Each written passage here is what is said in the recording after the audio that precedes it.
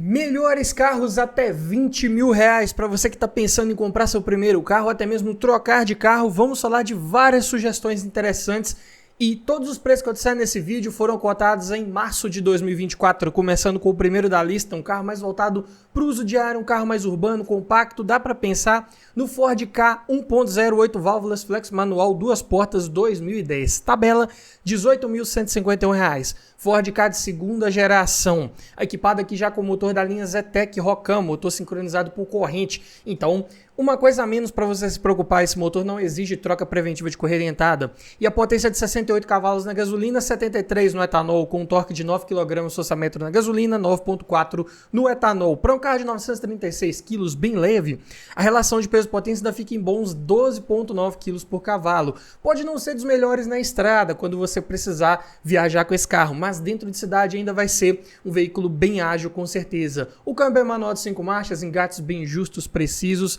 ótimo para o dia a dia, porém o porta-malas é pequeno, 265 litros de capacidade, mas conta pelo menos aí com um banco traseiro rebatível. Os pneus são nas medidas 175/65/14, são bem convencionais para os dias de hoje. E falando de consumo, para isso eu peguei dados oficiais. Na cidade, esse carro faz 8.1 km por litro com etanol e 11.6 com gasolina. Estrada 9.2 no etanol e 3,5 na gasolina. Claro que esse consumo na prática vai depender de vários fatores, como o seu modo de guiar, trajeto e o trânsito que você pegar. E esse carro não vinha com nenhum item, equipamento de série disponível, tudo era opcional. Tinha a direção hidráulica, vidro elétrico nas duas portas, travas elétricas, alarme, rodas de liga leve, ar-condicionado, duplo airbag frontal e faróis dianteiros de neblina, assim como sistema de som que também, se equipado, vinha com leitor de CD, USB e Bluetooth. Então, recomendo buscar um que esteja mais completinho, tenha vários desses itens de série, pelo menos direção hidráulica e ar-condicionado, que o ar-condicionado ele pode travar ainda mais o desempenho desse carro, mas na prática vai dar um pouco mais de conforto, comodidade, conveniência a bordo e vai, inclusive, facilitar a revenda desse veículo, que apresenta um motor bem confiável, resistente. O único ponto de atenção que eu diria aqui nesses motores linha Zetec é com relação ao arrefecimento. Se você estiver olhando um carro desse para comprar e ver que ele está ali com muita sujeira no líquido de arrefecimento, é recomendável você fazer uma substituição completa de todo o sistema ali, né?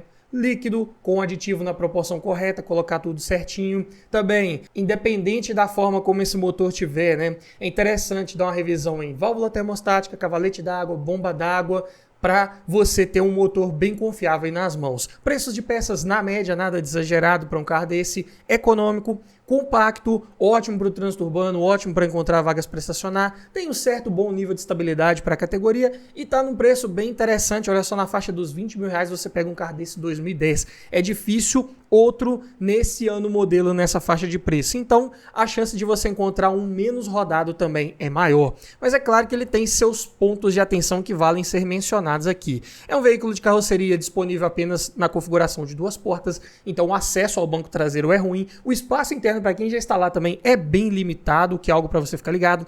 Cinto de segurança traseiro, ele é curto. Para adultos, pode ser que não consiga, inclusive, abotoar o cinto. Então, algo também para se ter em mente. Porta-malas é bem pequeno, o acabamento é fraco. Inclusive, nos forros de porta, eu uso o mesmo acabamento da primeira geração do Ka, são as mesmas portas. Então, ainda vem aquele forro que não tampa a porta por inteiro, deixa um pouco de lata aparecendo, que não é legal. Falta ponteiro de temperatura do líquido de arrefecimento no quadro de instrumentos. É um carro que não é homologado para receber reboque, carretinha, é de desempenho um pouco mais fraco, principalmente se for pegar a estrada e se tiver com passageiros, mais porta-malas carregado, e por essas outras razões é um carro de revenda mais difícil frente a vários de seus concorrentes. Mas se você quer um carro melhor de mercado, com uma boa lista de equipamentos, dá para pensar no Palio LX 1.3, 8 válvulas, flex manual 2004, aqui na sua terceira geração.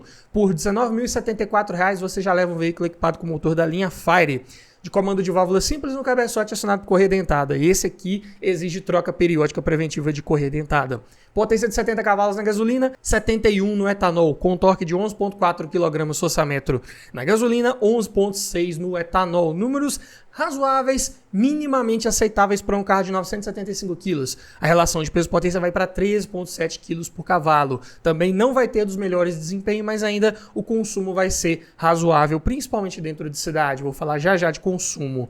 Câmbio manual de 5 marchas C513, engates imprecisos, é uma alavanca de curso mais longo, você tem que se acostumar com a posição das marchas, mas depois de um tempo vai bem. Porta-malas 290 litros de capacidade, maior que o K, e também conta com banco traseiro rebatível. As medidas de pneu são as mesmas do Ford, um 756514, e o consumo na cidade é de 7,2 km por litro com etanol, 10,1 com gasolina. Estrada, 9 no etanol e 12,2 km por litro com gasolina. Na prática, na estrada, com gasolina, dá para fazer números um pouco melhores, mais próximos dos 13,5, 14, aí, sem maiores problemas. Claro, se esse carro também não tiver muito pesado. Itens de série dessa versão LX é o computador de bordo, com alerta de velocidade programável, sistema Follow Me Home, que você consegue manter os faróis acesos por alguns segundos quando você sai do veículo, além de encosto de cabeça e cinto de 3 pontos para quem vai nas laterais do banco traseiro. E opcionais de direção hidráulica com ajuste de altura, vidros, travas e retrovisores elétricos, alarme, rodas de liga leve, ar-condicionado, faróis e limpadores de acendimento automático, retrovisor fotocrômico, duplo airbag frontal e faróis dianteiros de neblina. Sistema de som também era opcional, se equipado vinha com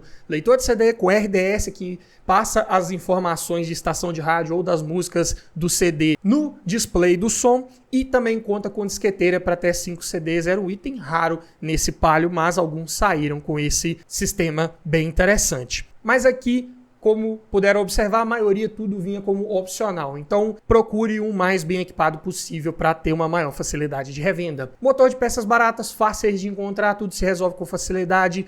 Consumo de combustível bom para a categoria, confortável rodar, suspensão mais macia, bem como também uma boa qualidade do acabamento interno, principalmente em forros de porta, bancos em tecido de excelente qualidade, bem confortáveis. Boa lista de equipamentos, se pegar com a maioria dos opcionais, tinha itens interessantes, olha só, retrovisor fotocrômico, faróis e limpadores de acionamento automático, vários itens que nem em carros de porte superior tinham disponíveis. E por essas outras razões é um veículo de boa facilidade de revenda, é um carro que entrega inclusive uma excelente relação de custo-benefício, mas como pontos de atenção, vale ressaltar que o desempenho é fraco desse motor 1.3, ainda mais para o Palio, que é um pouco mais pesado. Estabilidade também não é das melhores, suspensão é muito macia, então em curvas de alta velocidade é uma carroceria que rola um pouco mais, não passa aquela confiança. O espaço interno para quem vai no banco traseiro também não é dos melhores, e nessa época esse carro vinha com aquela chave reserva na cor vermelha, que só com ela que você vai conseguir fazer uma cópia da chave caso você precise. Então, se for comprar um carro usado desse, veja com o vendedor se ele tem essa chave reserva disponível. E é claro que não é só isso, tem vários outros itens que você deve observar, tanto de mecânica quanto estruturais, para ver se esse carro não passou por nenhuma colisão séria. Também é bem importante você verificar todo o histórico de documentação para ver se esse carro não tem nenhuma pendência, nenhuma restrição judicial que possa te dar problemas quando você for transferir para o seu nome. E para te ajudar nessa hora, eu desenvolvi um e-book completinho com mais de 280 itens de tudo que você precisa observar em um carro e o que você precisa olhar para cada um desses itens para que você faça uma análise de forma mais criteriosa, mais técnica, objetiva e aumente muito as chances de levar um excelente veículo para sua garagem. Então, link na descrição e no primeiro comentário fixado para o nosso e-book Como Avaliar um Carro Usado, o guia completo.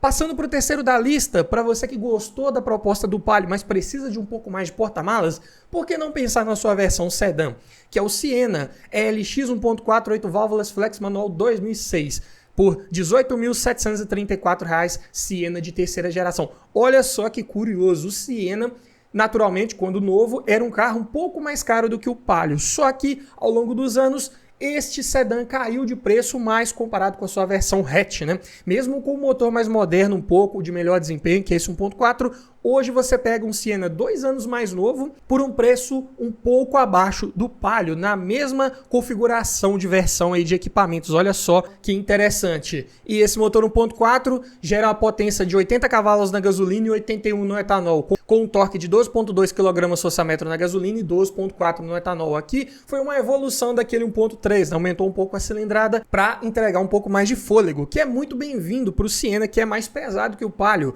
1.076 kg. Então a relação de peso-potência ficou em 3,3 kg por cavalo. Ainda não vai ter aquele excelente desempenho, mas vai ser um pouco melhor do que o próprio Palio, que é mais leve com motor 1.3. Câmbio é o mesmo, C513, engates imprecisos. E o porta-malas do Siena tem capacidade para 500 litros, maior que muito sedã médio de época, inclusive. Pneus são nas mesmas medidas lá do Palio, como você pode observar, e o consumo na cidade é de 7,6 km por litro com etanol, 9,9 com gasolina. Estrada 9,7 no etanol, 12,6 na gasolina, médias bem interessantes também, podendo até fazer números um pouco melhores, dependendo da sua forma de guiar. A lista de equipamentos também ela é bem semelhante ao do Palio ELX, né? Só que o Siena entregava de série, além do computador de bordo e o sistema Follow Me Home com o encosto de cabeça e cinto de 3 pontos para as laterais do banco traseiro, também já vinha de série com a direção hidráulica. E os opcionais de ajuste de altura da coluna de direção, vidro elétrico nas 4 portas, travas elétricas, retrovisores elétricos, alarme, roda de liga leve, ar-condicionado, duplo airbag frontal e freios ABS. E o sistema de som também vinha com o leitor de CD MP3 com RDS e possibilidade de disqueteira para 5 CDs, que também era bem raro de ver nesse carro. Mas ele entrega um bom conjunto mecânico, da mesma forma que eu falei lá no Palio, confiável, de peças baratas, boa economia de combustível, boa qualidade do acabamento interno, mesmo os revestimentos lá da linha Palio também que eu citei, bancos confortáveis, boa lista de equipamentos, se pegar com a maioria dos itens opcionais, boa capacidade de porta-malas, boa altura do solo, é um carro que não raspa o fundo com facilidade, não falei isso lá no Palio, mas também é verdade na sua configuração hatch. Por essas e outras razões, o Siena se torna uma relação de custo-benefício ainda melhor, né? Porque mais barato, motor 1.4 e 2 anos mais novo. Mas ele tem o mesmo problema de espaço interno traseiro, ele é derivado do Palio, então aqui adultos vão ter um pouco mais de dificuldade para se acomodar, principalmente pessoas com mais de 1,80, 1,85 de altura. Estabilidade também não é das melhores, é um carro que rola um pouco carroceria, mesmo sendo um pouco mais comprida. Nessa versão sedã ainda não entrega boa estabilidade. E o desempenho ainda continua fraco pelo peso de carroceria. Passando para o quarto da lista, para você que busca um pouco mais de espaço interno, dá para pensar no Chevrolet Meriva Premium 1.88 válvulas flex manual 2005, tabela R$ 20.046. O motor aqui é o GM Família 1, comando de válvula simples no cabeçote acionado por correia dentada, potência de 112 cavalos na gasolina, 114 no etanol, torque de 17,7 kgfm em qualquer combustível. Para um carro de 1.280 kg, aqui estamos falando de um monovolume derivado de um hatch compacto. A relação de peso-potência fica em 11,2 kg por cavalo. Na prática, vai ter um desempenho melhor que o Palio e o Siena que eu falei anteriormente. E isso permite até mesmo um câmbio manual de 5 marchas com relações mais alongadas, que é o F17 5WR, e de quebra com engates um pouco mais precisos aqui também. Porta-malas 390 litros de capacidade e conta com o banco traseiro rebatível que está na média considerando a proposta desse carro. Pneus medidas 85/60/15 nessa versão top de linha, são medidas hoje bem fáceis de encontrar. O consumo é elevado, infelizmente. Na cidade faz 5,6 km por litro com etanol, 7,3 com gasolina. Estrada 7,4 no etanol e 10,6 na gasolina. Médias eu diria que você consegue números um pouco melhores, mas ainda no máximo ali na estrada uns 12,5 km por litro com gasolina, o que pode ser um problema para quem busca um carro mais econômico, mas ele entrega de série nessa versão top de linha Premium, direção hidráulica com ajuste de altura, vidros, travas, retrovisores elétricos, alarme, rodas de liga leve, ar-condicionado,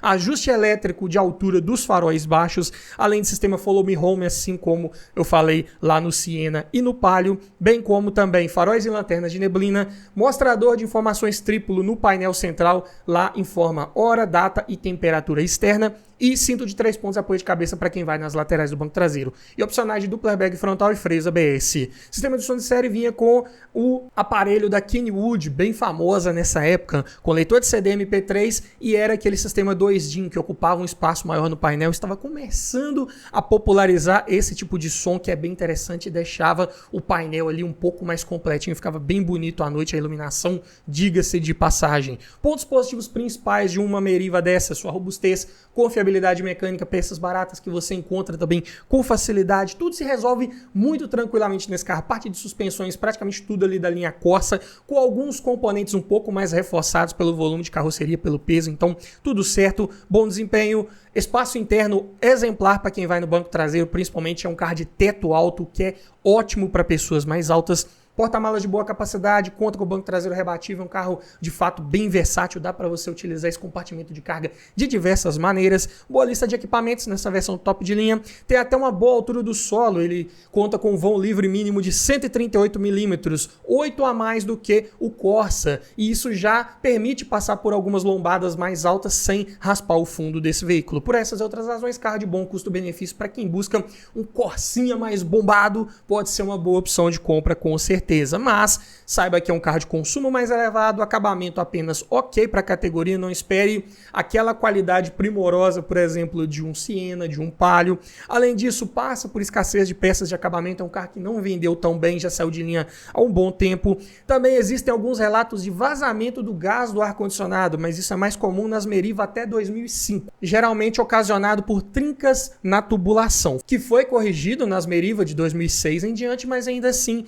vale esse ponto de atenção. E é um carro de revenda um pouco mais difícil, não tem tanta procura desse estilo de veículo no nosso mercado, eu diria, então é um carro que tem a tendência de se desvalorizar um pouco mais frente aos seus concorrentes. Mas vamos falar agora de carros um pouco mais requintados, com motores maiores, melhores listas de equipamentos, de porte maior, passando para o quinto da lista, para você que curte a pegada de um hatch médio, por que não pensar no Chevrolet Astra CD 2.0 8 válvulas, gasolina manual 4 portas 2003, tabela R$ 20.526, primeiro ano do Astra, pós-facelift, famoso cara de trem, equipado com motor GM Família 2, de comando de válvulas simples no cabeçote acionado por correia dentada, potência de 116 cavalos com um torque de 17,3 kgfm. Aqui sim você vai ter um excelente desempenho para um carro de 1.130 kg, a relação de peso-potência fica em 9,7 kg por cavalo, ainda mais com um câmbio manual de 5 marchas, de relações um pouco mais encurtadas comparado com o câmbio lá da Meriva, que é o F175CR. Então é um câmbio que dá um pouco mais de fôlego ainda para esse veículo, para retomar velocidades, para proporcionar boas ultrapassagens. Só que em velocidades mais altas é um câmbio que também tende a girar um pouco mais alto, prejudicando o consumo de combustível. Mas os engates são bons, até bem precisos. Porta-malas 370 litros de capacidade, conta com banco traseiro rebatível e bipartido. Pneus medidas 195/60/15, bem convencionais aí de se encontrar hoje em dia. E o consumo na cidade é de 7,5 km por litro, na estrada podendo fazer até 13,2.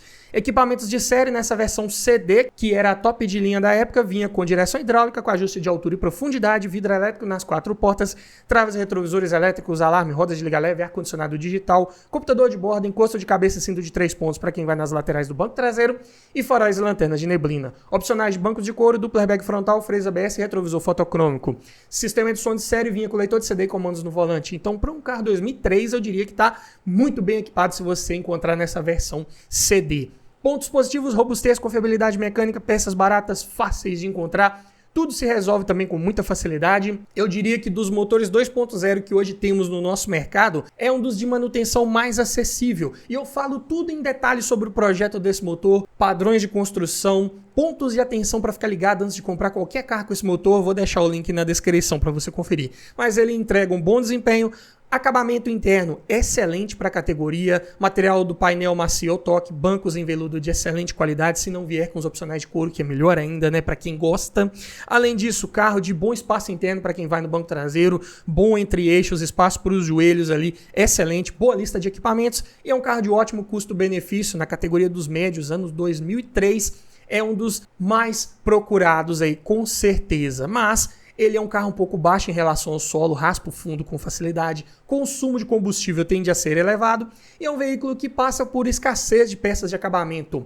Apesar desse carro ter ficado em linha nessa carroceria de 2003 a 2011, mas ainda assim, dependendo da peça de acabamento, do aplique plástico ali, pode ser um pouco mais complicado de você encontrar hoje em dia. Passando para o sexto da lista, para você que está pensando talvez numa Peru ou numa Station Wagon, né? Carros que fizeram bastante sucesso lá nos anos 90 e até início dos anos 2000, por que não pensar numa Volkswagen Quantum 2.0, 8 válvulas MI, gasolina manual 2001, tabela R$19.520, aqui já na sua terceira geração, equipada com motor da linha AP2000, família EA827, que também já fiz um vídeo completo sobre esse motor, link na descrição para você conferir. Aqui, equipado com comando de válvula simples no cabeçote acionado por correia dentada, que exige troca periódica preventiva, como também lá nos motores GM Família 2. Potência de 114 cavalos com torque de 17,5 kgfm para um carro de 1.140 kg. A relação de peso-potência fica em 10 kg por cavalo. Eu diria que para uma perua média ela está até bem leve aqui na minha opinião. E o câmbio manual de 5 marchas também possui engates justos, precisos e relações bem escalonadas para esse motor 2.0. Não é um câmbio muito reduzido que vai deixar esse motor em giro mais alto em velocidades de cruzeiro. Então, ponto bem positivo. Porta-malas 470 litros de capacidade, contra o banco traseiro rebatível bipartido e ainda vem com rack de teto. Caso esse porta-malas ainda não seja suficiente para você, dá para levar mais coisas no teto desse veículo. Pneus medidas 85-65-14, bem convencionais hoje em dia, e o consumo na cidade é de 6,7 km por litro, na estrada 12,9. Podendo ser até um pouco mais econômica na prática, esses motores AP2000 têm a tendência de ter um consumo de combustível menor quando comparados com os GM Família 2 aí de mesma época. Equipamentos de série venha com direção hidráulica, cinto de 3 pontos e apoio de cabeça para as laterais do banco traseiro e o rack de teto. E opcionais de coluna de direção ajustável em altura, vidros, travas, retrovisores elétricos, alarme, rodas de liga-leve, ar-condicionado, faróis e lanternas de neblina, contagiros, que também não era item de série, pasmem, e o sistema de som, que também era opcional. Esse equipado vinha ou com um toca-fitas ou um CD player, dependendo ali do ano de fabricação, dependendo do mês de fabricação, podia vir com um aparelho ou o outro. Pontos positivos principais da Quanta: o seu motor confiável, resistente, peças também igualmente baratas, acessíveis, assim como eu falei lá nos GM Família 2. Bom desempenho, bom consumo de combustível, carro de bom espaço interno para quem vai no banco traseiro, né? Derivado de um sedã médio, é o mínimo que se espera. De boa versatilidade, dá para rebater aquele encosto do banco traseiro, dá para levar mais coisa no rack de teto, um carro que dá para você utilizar de diversas maneiras. Com um bom nível de acabamento do painel, forro de porta, bancos em veludo de boa qualidade, painel é macio, toque bem legal. Confortável ao rodar, suspensão mais voltada para essa característica, e para quem busca uma perua de bom desempenho e bom espaço interno, tá aí uma excelente opção de compra. Mas saiba que ela não entrega muito em estabilidade, outra aqui que rola um pouco mais carroceria nas curvas,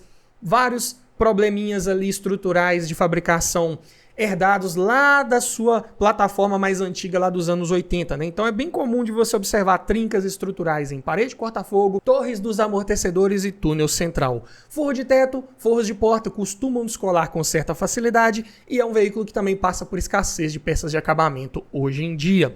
Mas para você que quer um Toyota, aquela confiabilidade mecânica, dá para pensar no Corolla XEI 1.8 16 válvulas gasolina manual ano 2000, Corolla de 8ª geração, tabela R$ 20.920. Eu sei, não é aquele carro que você vê toda hora passando aí na rua, mas procurando com calma, dá para encontrar um Corollinha desse aí de 8ª geração, que é um excelente carro também, com certeza. O motor é o 7A-FE, duplo comando de válvulas no cabeçote, acionado por correia dentada e tuchos mecânicos. Então aqui já vai uma dica. É um motor que exige ajuste preventivo periódico de folga de válvulas ali a cada 40 mil quilômetros ou 2 anos. Se você não fizer essa manutenção preventiva, esse motor pode passar a gastar mais combustível e perder potência, o que não é legal. Mas ainda é um motor bem confiável e resistente, que entrega uma potência de 116 cavalos com um torque de 15,7 kgfm para um sedã médio de época, né? Porque é um carro hoje, se você coloca ele do lado de um sedã médio, ele parece um compacto. Mas pesa seus 1.075 kg, então a relação de peso-potência fica em 9,3 kg por cavalo. De fato, um carro bem leve. O câmbio é manual de 5 marchas, engates até bem precisos. E o porta-malas tem 406 litros de capacidade. Não é muito bom para a categoria, para um sedã médio mesmo de época, mas ainda dá para levar bagagens de 4, 5 pessoas com certa tranquilidade. E ainda conta com o banco traseiro rebatível e bipartido. Os pneus têm as mesmas medidas lá da Quantum, como você pode observar, e o consumo na cidade é de 9,3 km por litro, chegando a fazer 3,3 na estrada. Então, aqui sim é um carro que tem a tendência de ser mais econômico. De série, nessa versão XEI intermediária, vem com direção hidráulica com ajuste de altura, vidro elétrico nas 4 portas, travas, retrovisores elétricos, rodas de liga leve, ar-condicionado, duplo airbag frontal, freios ABS e encosto de cabeça com cinto de 3 pontos para todos os ocupantes. E o sistema de som vem com leitor de CD já de fábrica também. Então, aqui você já pega com todos os itens básicos e É um carro, inclusive, focado na segurança a bordo, só que ele não entrega muita conectividade, muita tecnologia embarcada. Não tem, por exemplo, um computador de bordo, um ar-condicionado digital, mas no que importa em relação à segurança para a época, aqui ele já vem com tudo de sério, que é ótimo. Pontos positivos: motor confiável, resistente se tiver sido bem cuidado, entrega um bom desempenho, com boa economia de combustível, carro de bom acabamento interno, ainda não chega a ser tão bom quanto um Astra de época, mas tem bons encaixes entre as peças, é um acabamento que não faz ruído com o passar do tempo, porta-malas de capacidade mediana razoável para a categoria, confortável ao rodar, a suspensão também mais macia e ainda é um carro bem valorizado. Olha só, você só consegue pegar um Corolla 2000 no preço de um Astra que você consegue pegar 2003 ou uma Quantum 2001, então é um carro que envelheceu melhor e caiu menos de preço frente aos seus concorrentes. Mas como pontos de atenção, é um carro de pouco espaço interno para a época e para categoria comparado com Santana, com o Astra Sedan, é um carro um pouco mais apertado um pouco para quem vai ali no banco de trás. Passa por escassez de peças de acabamento normal, saiu de linha ali em 2002, então peças mais exclusivas desse veículo dessa geração vai ser complicado de encontrar, consequentemente vão ser mais caras e a lista de equipamentos pode não agradar muito quem busca um pouco mais de tecnologia embarcada. Mas já que eu falei de Corolla, né, por que não pensar também no seu principal rival de época, que era o Civic, versão EX 1.7, 16 válvulas, gasolina manual 2003, Civic de 7ª geração, por R$ 18.846. Olha só, aqui outra prova que o Corolla envelheceu muito bem, né? O Civic você já consegue pegar um 2003 abaixo dos R$ 20.000.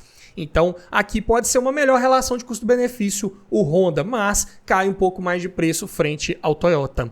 O motor aqui é o D17Z3, famoso VTEC, de comando de válvula simples no cabeçote acionado por correia dentada. Potência de 130 cavalos com torque de 15,8 kgfm para um carro de 1.155 kg. A relação de peso-potência fica em 8,9 kg por cavalo. Na prática, é um carro que vai ter um desempenho, no mínimo, tão bom quanto o Toyota. Em algumas situações pode ter um desempenho até melhor. Câmbio manual de 5 marchas, engates aqui bem justos, precisos, como todo bom Honda e com câmbio manual. O porta-malas, entretanto, é bem parelho lá com o Toyota. Aqui tem 402 litros e com banco traseiro rebatível. Pneus medidas 185/6515, aro um pouco maior, joga contra na questão do conforto ao rodar. Mas o consumo também é bom, 8 km por litro na cidade e 3,7 na estrada. Aqui esse motor 1.7 VTEC, se tiver bem ajustadinho, bem reguladinho também, pode sim ter uma boa economia de combustível. Por que eu estou dizendo isso? Porque é outro aqui que trabalha com tuchos mecânicos. Então, atenção para aquele ajuste periódico preventivo de folga de válvulas que eu falei também lá no Corolla. Civic versão EX, top de linha, vem de série com direção hidráulica, com ajuste de altura, vidros, travas e retrovisores elétricos, alarme, ar-condicionado, rodas de liga leve, controlador de velocidade, encosto de cabeça, cinto de 3 pontos para os ocupantes das laterais do banco traseiro, duplo airbag frontal, freios ABS e faróis dianteiros de neblina. E o único opcional disponível aqui são os bancos de couro. E o sistema de som de série já vinha com leitor de CD e comandos no volante. Então, aqui já deu para observar que dá para você pegar um carro com um pouco mais de tecnologia embarcada, né? O principal rival é do Toyota, mas aqui entrega, por exemplo, a mais, né? O alarme de fábrica, controlador de velocidade, também entrega os faróis dianteiros de neblina, opção de bancos de couro e comandos no volante. Então, bem interessante a proposta aqui do Honda, que entrega também um motor bem confiável, resistente. Se tiver sido minimamente bem cuidado, é um carro que também não vai te dar problemas. É um motor que pode chegar a altas quilometragens aí sem precisar de abrir para retificar, nada disso. É um carro bem resistente, não só de motor, mas todo o conjunto de câmbio, suspensão, freios, realmente projetado para durar muito tempo. Bom desempenho, bom consumo de combustível, carro de bom espaço interno para quem vai no banco traseiro. O assoalho traseiro ele é plano, então ótimo espaço para os pés de quem vai ali. Também carro de bom acabamento interno, material macio ao toque no painel, bancos em veludo de boa qualidade, se não vier com os opcionais de couro, forros de porta da mesma forma. Carro com boa lista de equipamentos, já vinha com tudo de série, né, tirando os bancos de couro. Então, bom nível de tecnologia embarcada, você não precisa ficar procurando ali o que esteja mais bem equipado. Todos já vão vir com, no mínimo, os itens que eu falei, se for nessa versão top de linha EX. Também o carro que entrega excelente estabilidade, conta com suspensão do tipo duplo A na traseira, então maior controle nas curvas, principalmente de alta velocidade, mas é claro que é uma suspensão que cobra seu preço, ela trabalha com mais braços individuais e mais buchas nesses braços, buchas hidráulicas que são mais caras, e você quando for substituir, naturalmente vai gastar um pouco mais. E também exige uma atenção periódica preventiva, principalmente com a cambagem, que pode abrir se apresentar um desgaste excessivo ali nessa suspensão e pode causar um desgaste irregular dos pneus, o que é algo para ficar ligado. Também um carro de posição mais esportiva de guiar, mais baixinho para quem gosta da pegada, excelente opção de compra com certeza. Mas o Civic tem um porta-malas, também considerado médio a pequeno para a categoria, é um veículo baixo em relação ao solo, raspa principalmente a dianteira com certa facilidade, suspensão mais de batida seca, rígida, não é um carro muito confortável, totalmente ao contrário do Corolla, na minha opinião, e também é outro aqui que passa por escassez de peças de acabamento, sendo um pouco mais difícil de encontrar alguns itens ali mais específicos. E para você que ficou até o final dos nossos vídeos, sabe que eu sempre preparo um bônus, não é verdade? Vamos aqui então falar de mais uma opção interessante de sedã médio de época, aqui com mais tecnologia embarcada ainda na faixa dos 20 mil reais, que é o Chevrolet Vectra GLS 2.2, 8 válvulas, gasolina manual 2002, tabela 19.840.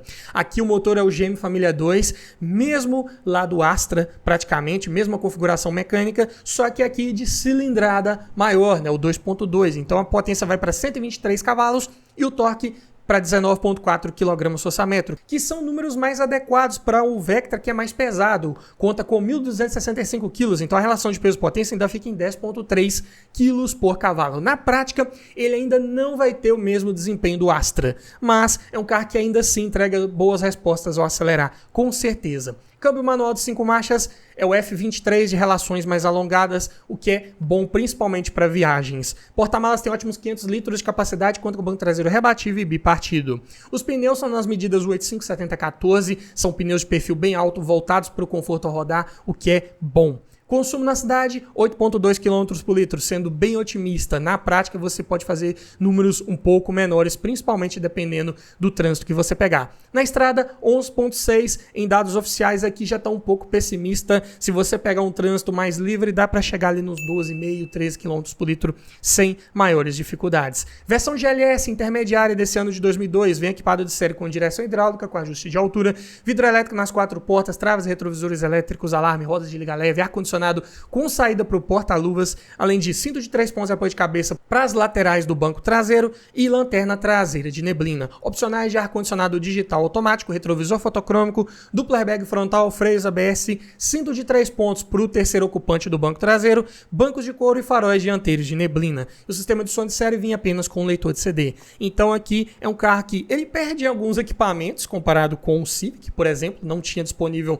por exemplo, o controlador de velocidade, mas entregava a opção de ar-condicionado digital, retrovisor fotocrômico e alguns outros itens aí bem interessantes. Além de entregar um conjunto mecânico confiável, resistente, com preços de peças na média, nada de exagerado também, considerando o porte e os concorrentes desse veículo. Carro de bom espaço interno para quem vai no banco traseiro, ótimo espaço para os joelhos, carro de dimensões bem generosas, tanto em entre-eixos quanto em largura, acabamento primoroso, qualidade do revestimento do painel todo em soft touch, até na parte em volta ali dos comandos do ar-condicionado é material macio ao toque. Forros de porta em excelente material ali em veludo, assim como os bancos também muito bom, se não vier com os opcionais de couro. Além disso, boa lista de equipamentos, se pegar com a maioria daqueles opcionais, melhor ainda.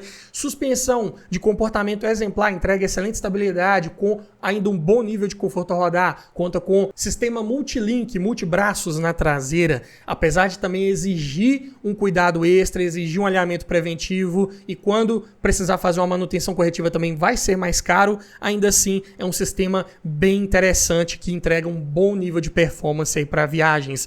Além disso, porta-malas de excelente capacidade, carro relativamente seguro para os padrões da época, em caso de colisão, conta com pedais desarmáveis, dentre outros itens focados nessas características, e um carro também entrega um bom nível de isolamento acústico para você viajar com mais conforto. Pontos de atenção de um Vectra desse é o consumo mais elevado na maior parte das situações, retrovisores pequenos, apesar de ter aumentado um pouco o tamanho depois desse facelift de 99 para 2000, mas ainda assim comparado com praticamente todos os carros do nosso mercado, o Vectra tem um dos menores espelhos retrovisores externos e isso prejudica um pouco naquela visibilidade do que está acontecendo atrás do veículo, aumenta a área de ponto cego, então vale esse ponto de atenção aqui também. Peças de acabamento mais difíceis um pouco de encontrar e é um carro que é bem comum de passar também por falhas ali no miolo de ignição quando você vai ligar, simplesmente simplesmente não dá partida. É relativamente barato e simples de resolver, mas é algo bem crônico aí desses Vectra de época. Mas me diga você, frente a toda essa análise, todas essas sugestões, qual desses você levaria para sua garagem? Ficou faltando algum outro carro interessante na faixa dos 20 mil reais que eu não trouxe nesse vídeo? Deixa aqui nos comentários, quero ouvir a sua opinião, quero ouvir a sua sugestão. E se você gostou desse tipo de vídeo, eu te convido a assistir a playlist que eu vou deixar aqui com vários outros nesse formato, em várias outras faixas de preço, para te ajudar a escolher o melhor carro para sua garagem. No mais é isso, obrigado por assistir, aquele abraço e até o próximo vídeo.